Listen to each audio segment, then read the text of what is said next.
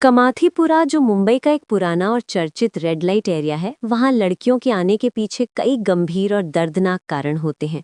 ये एक बेहद सेंसिटिव विषय है जिसमें सामाजिक यानी सोशल और आर्थिक यानी इकोनॉमिक फैक्टर्स जुड़े होते हैं। यहाँ लड़कियां मुख्य रूप से इन रास्तों से पहुंचती हैं। एक, ह्यूमन ट्रैफिकिंग यानी मानव तस्करी। ये सबसे बड़ा और कड़वा सच है।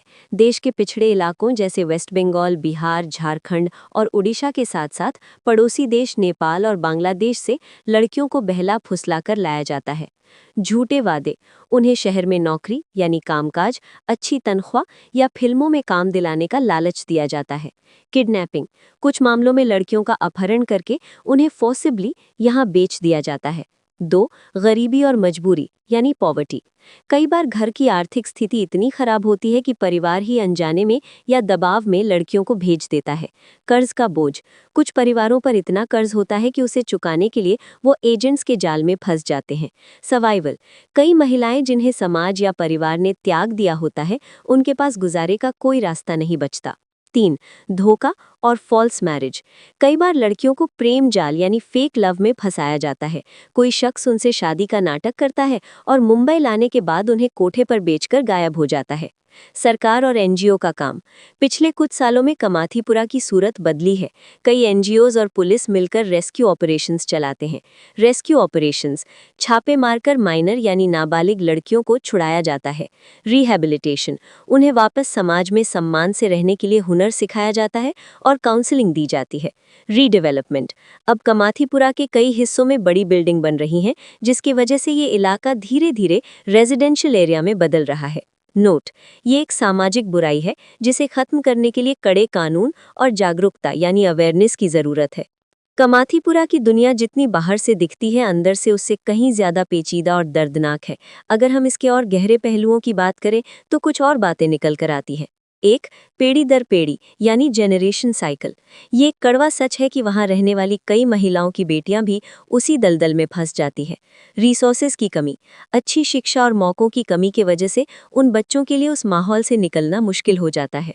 सोशल स्टिग्मा, समाज उन्हें आसानी से अपनाता नहीं है, जिस वजह से वो चाहकर भी बाहर नहीं निकल पाती।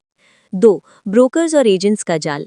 एक पूरा ऑर्गेनाइज्ड नेटवर्क होता है जो दूर दराज के गांव में स्काउट्स भेजता है।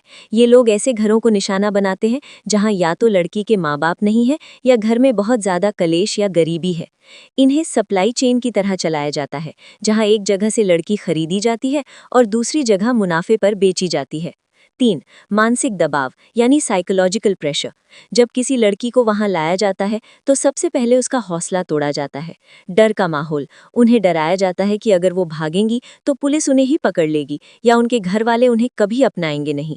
आइडेंटिटी लॉस, उनका नाम और पहचान बदल दी जाती है ताकि उनका पुराना रिश्ता खत्म हो जाए। चार, कमाथीपुरा का बदलता स्वरूप। आजकल कमाथीपुरा पहले जैसा नहीं रहा। रियल एस्टेट, मुंबई की महंगी जमीन होने की वजह से कई पुराने कोठे बंद हो गए हैं और वहां बड़ी बिल्डिंग बन रही हैं।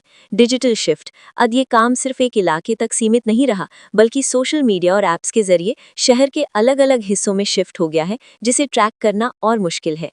इन्हें रोका कैसे जा सकता है? एजुकेशन, गांव में लड़कियों को उनके राइट्स के बारे में बताना। एम्प्लॉयमेंट, जब तक गरीब परिवारों के पास कमाई का साधन नहीं होगा, वो ऐसे एजेंट्स के बहकावे में आते रहेंगे। स्ट्रिक्ट लॉज, ह्यूमन ट्रैफिकिंग के खिलाफ कानून को और सख्त बनाना। ये एक ऐसी लड़ाई है जिसे सिर्फ पुलिस नहीं बल्कि पूरे समाज को मिलकर लड़नी होगी। कमाथीपुरा जैसी जगह और वहां होने वाली एक्सप्लॉयटेशन यानी शोषण को खत्म करना कोई एक दिन का काम नहीं है, लेकिन इसके लिए मल्टी लेयर्ड सॉल्यूशंस की जरूरत है। जब तक मांग, सप्लाई और गरीबी पर एक साथ प्रहार नहीं होगा, तब तक बदलाव मुश्किल है। इसके मुख्य सॉल्यूशंस ये हो सकते हैं।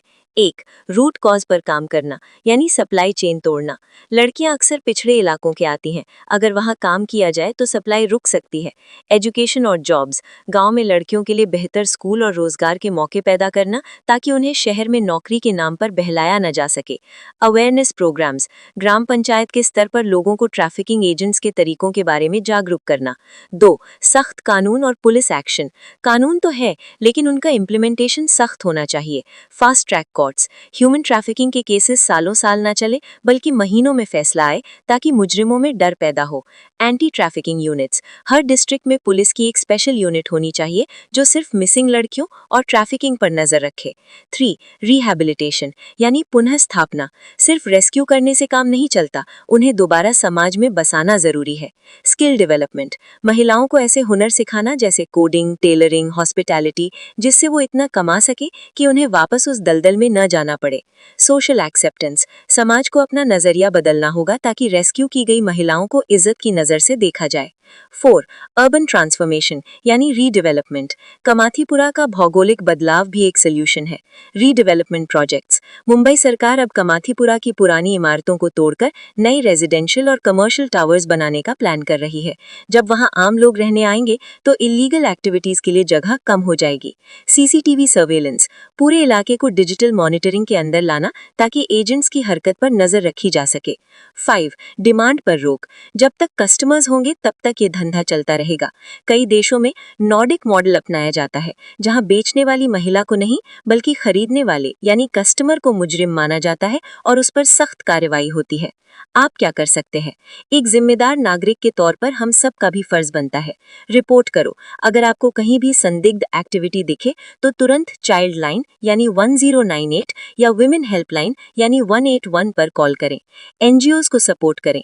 जो संस्थाएं जैसे प्रेरणा, रेस्क्यू फाउंडेशन इन लड़कियों को बचाने का काम करती हैं, उन्हें डोनेट करें या वहां वॉलंटियर बने।